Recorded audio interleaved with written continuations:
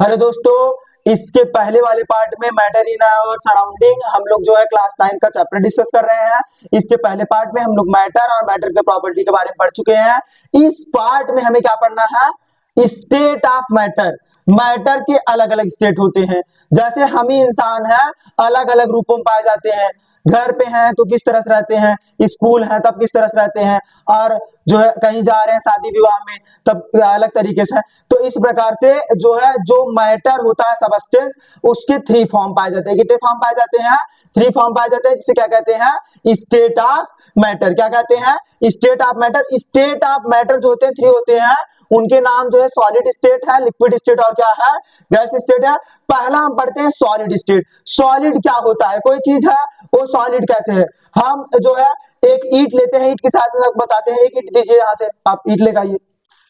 नहीं, देखिए दूसरा एग्जाम्पल आप समझने का प्रयास करिए। यहाँ पे मेरे हाथ में एक पत्थर है। क्या है?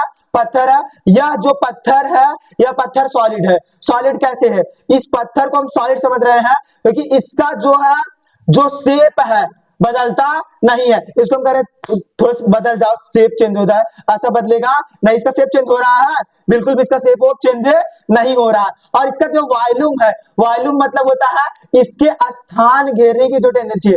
मतलब इसको यहाँ पे हम रख रहे हैं, जितना स्थान यह घेर रहा है इसका क्या कहलाता है? वॉल्यूम। जितना स्पेस ये ऑक्यूपाई कर रहा है ये इसका वॉल्यूम कहलाता है। तो इसका वॉल्यूम जो है, हम यहाँ चले गए दिल्ली लेके, तब भी इतना स्पेस घेर रहा है। चाहे जहां ले जाए, इसका शेप जो है बदल नहीं रहा है और न ही इसका वॉल्यूम बदल रहा है। तो इसका शेप भी डिफिनिट है और वॉल्यूम भी डिफिनिट है।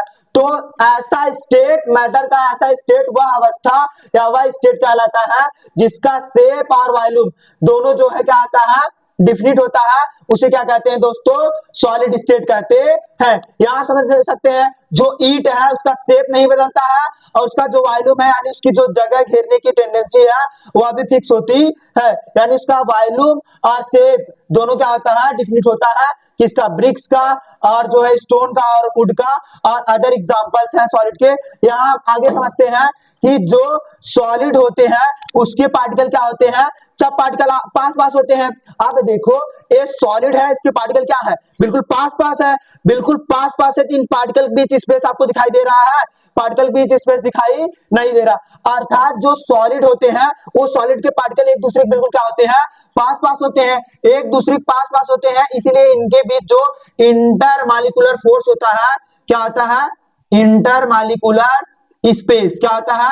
इंटरमॉलिक्यूलर स्पेस क्या होता है? मिनिमम होता है। क्या होता है? मिनिमम होता है। आप इस प्रकार समझिए, एक क्लासरूम में बहुत सारे लोग हैं, सब लोग आपस में कैसे जुड़े हुए हैं। तो पार्टिकल इसके सॉलिड के क्या है? पास पास है, तो स्पेस क्या है? कम है। इंटरमॉलिक्यूलर स्पेस क्या होता है? इसके पहले वाले पार्ट में बताया गया है, उसमें आप पहले पार्ट देख सकते हैं, उसमें आपको पता चल जाएगा इंटरमॉलिक्यूलर स्पेस क्या होता है। तो इंटरमॉलिक्यूलर फोर्स क्या, स्पेस क्या होता है? मिनिमम होता है। जो सॉलिड होता है उसमें इंटरमॉलिक्यूलर पार्टिकल पास पास है, जिसमें स्पेस क्या है? कम है।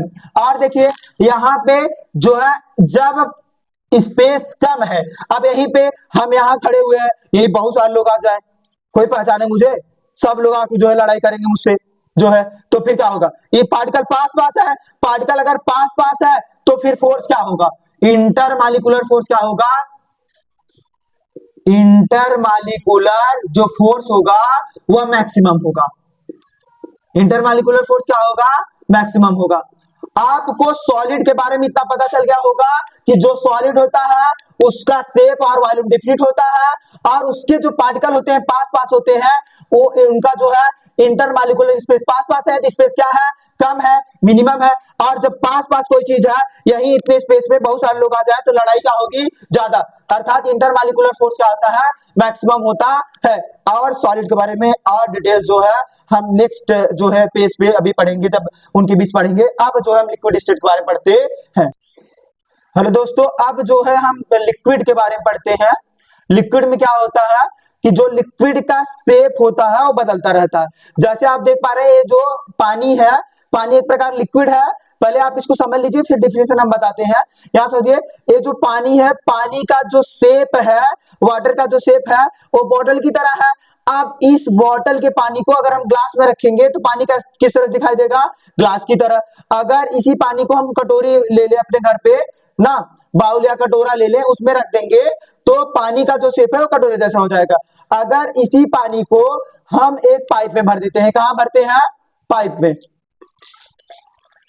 जो पानी है उस पानी को हमने कहां भरा है? पाइप में। तो पानी का जो शेप है वो बिल्कुल पाइप जैसा है। तो पानी यानी जो लिक्विड होता है उसका शेप क्या होता है? लगातार बदलता रहता है। जिस भी पॉट में या जिस भी बर्तन में हम लिक्विड को रखते हैं, लिक्विड उसी के जैसा शेप उसका हो जाता है। तो शेप जो होता है लिक्विड का, the state of matter in which shape indefinite, जो शेप होगा लिक्विड का वो डिफिनिट होगा, लेकिन इसकी जो क्वांटिटी है, इसका जो वॉल्यूम है वो क्या होता है? डिफिनिट। जितनी मात्रा है वही उतनी मात्रा रहेगी। तो वॉल्यूम जो होता है डिफिनिट होता है और शेप क्या होता है? इनडिफिनिट होता है। जैसे कि आप देखे हैं पानी को हम बॉटल में रख रहे हैं, बॉटल जैसा बन जा रहा है, कटोरी में रख रहे हैं, कटोरी जैसा बन रहा है, जिस भी बर्तन में रख रहे हैं उसके जैसा बन रहा है। तो लिक्विड का जो शेप होता है वो इनडिफिनिट होता है, लेकिन उसकी जो क्वांटिटी है अर्थात जो वॉल्यूम है वो डिफिनिट होता है। तो ऐसा स्टेट ऑफ मैटर जिसमें शेप इनडिफिनिट होगा लेकिन वॉल्यूम डिफिनिट होगा, उसे क्या कहते हैं? लिक्विड स्टेट कहते हैं। जो वाटर, ऑयल है और मिल्क है, जितने भी वाटर जैसे सब्सटेंस है वो सब क्या होते हैं?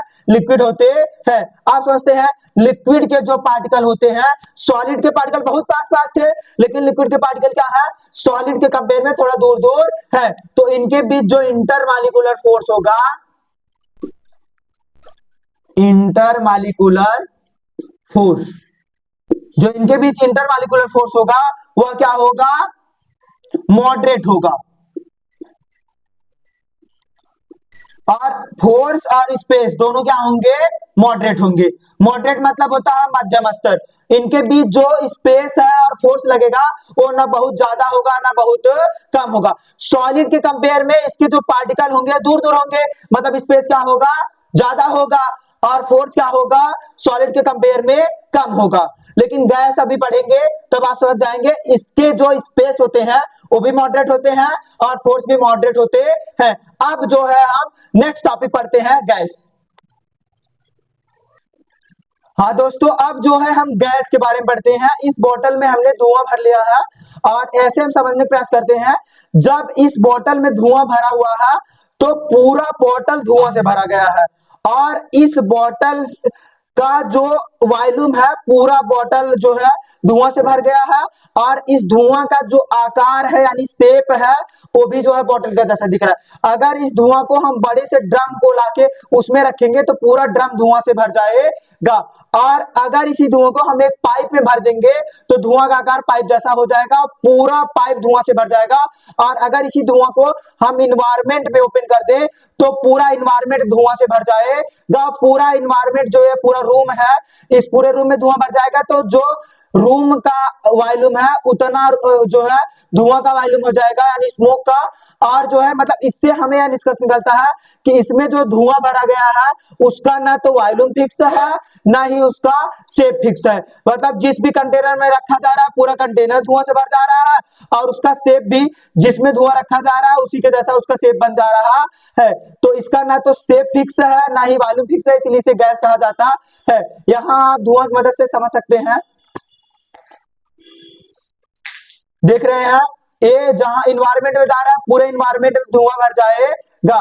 तो इस बात को आप समझ पा रहे हैं कि जो धुआं होता है ना उसका वॉल्यूम फिक्स होता है ना ही उसका जो है शेप फिक्स होता है। तो इस बात को आप समझने का प्रयास करिए कि ऐसा स्टेट ऑफ मैटर जिसका ना ही शेप फिक्स होगा और ना ही वॉल्यूम फिक्स होगा उसे क्या कहते हैं? गैस कहते हैं। गैस के जो पार्टिकल होते हैं बहुत दूर दूर होते हैं, इसीलिए तो स्पेस पूरा ऑक्युपाई कर रहे हैं, पार्टिकल बहुत दूर दूर होंगे। तो इसके बीच देख रहे हो एक पार्टिकल यहाँ है एक पार्टिकल यहाँ काफी दूर दूर है, तो इसके बीच जो स्पेस है इंटरमॉलिक्यूलर स्पेस, इंटरमॉलिक्यूलर स्पेस क्या होगा?